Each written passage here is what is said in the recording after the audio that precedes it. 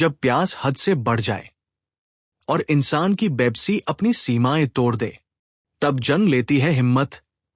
वो हिम्मत जो गंदी रस्मों, ऊंच नीच के कानून और जातिवादी सोच को चुनौती देती है।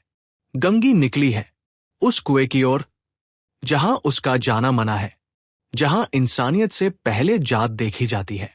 क्या वो ला पाएगी पानी का एक लोटा, या समाज की दीवारें उससे उसकी आखिरी उम्मीद भी छीन लेंगी? देखिए कहानी का दूसरा भाग, ठाकुर का कुआं, भाग 2, हिम्मत और विडंबना की टक्कर। एक ऐसी रात जो सिर्फ गंगी की नहीं, हर उस इंसान की है जिसने कभी बराबरी का सपना देखा हो। रात के 9 बजे थे। थके मांदे मजदूर तो सो चुके थे। ठाकुर के दरवाजे पर 10-5 बेफिक्रे जमा थे। मैदानी बहादुरी का तो अब न जमाना रहा है, न मौका।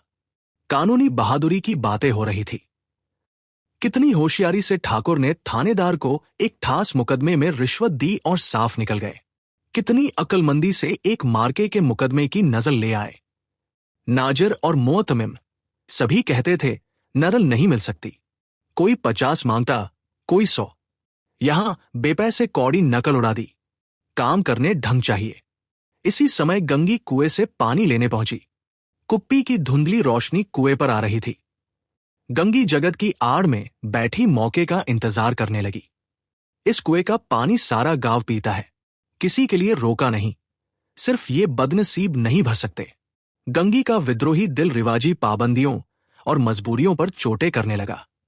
हम क्यों नीच हैं और ये लोग क्यों ऊंच हैं?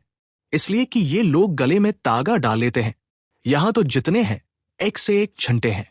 चोरी ये करें, जालफरेब ये करें, झूठे मुकदमे ये करें। अभी इस ठाकुर ने तो उस दिन बेचारे गडरिये की भेड़ चुरा ली थी और बाद में मारकर खा गया। इन्हीं पंडित के घर में तो 12 मास जुआ होता है।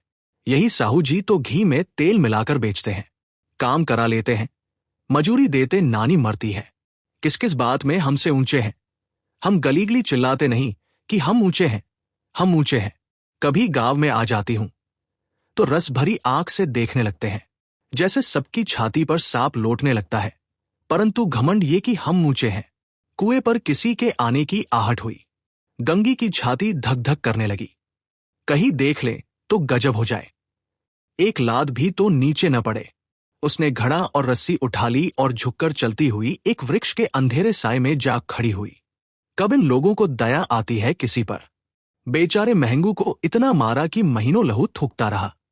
इसीलिए तो कि उसने बेगार न दी थी। इस पर ये लोग ऊंचे बनते हैं। कुएं पर स्त्रियां पानी भरने आई थी। इनमें बात हो रही थी। खाना खाने चले और हुक्म हुआ कि ताजा पानी भर लाओ। घड़े के लिए पैसे नहीं हैं। हम लोगों को आराम से बैठे देखकर जैसे मर्दों को जलन होती है। हां, ये तो न हुआ कि कलसियां उठाकर भर लाते। बस हुक्म चला दिया कि ताजा पानी लाओ। जैसे हम लौंडिया ही तो है। लौंडिया नहीं तो और क्या हो तुम? रोटी पड़ा नहीं पाती।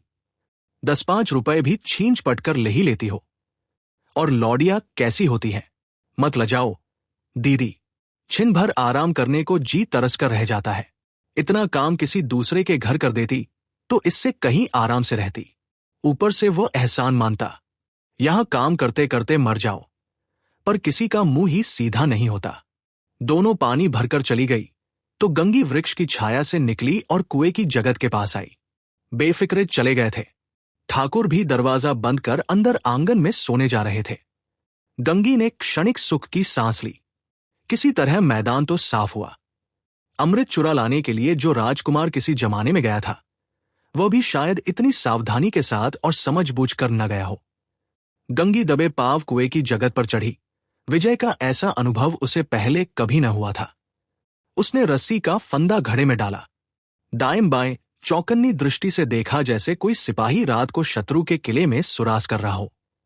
अगर इस समय वह पकड़ ली गई तो फिर उसके लिए माफी या रियायत की रत्ती भर उम्मीद नहीं। अंत में देवताओं को याद करके उसने कलेजा मजबूत किया और घड़ा कुएं में डाल दिया। घड़े ने पानी में गोता लगाया, बहुत ही आहिस्ता। जरा भी आवाज न हुई।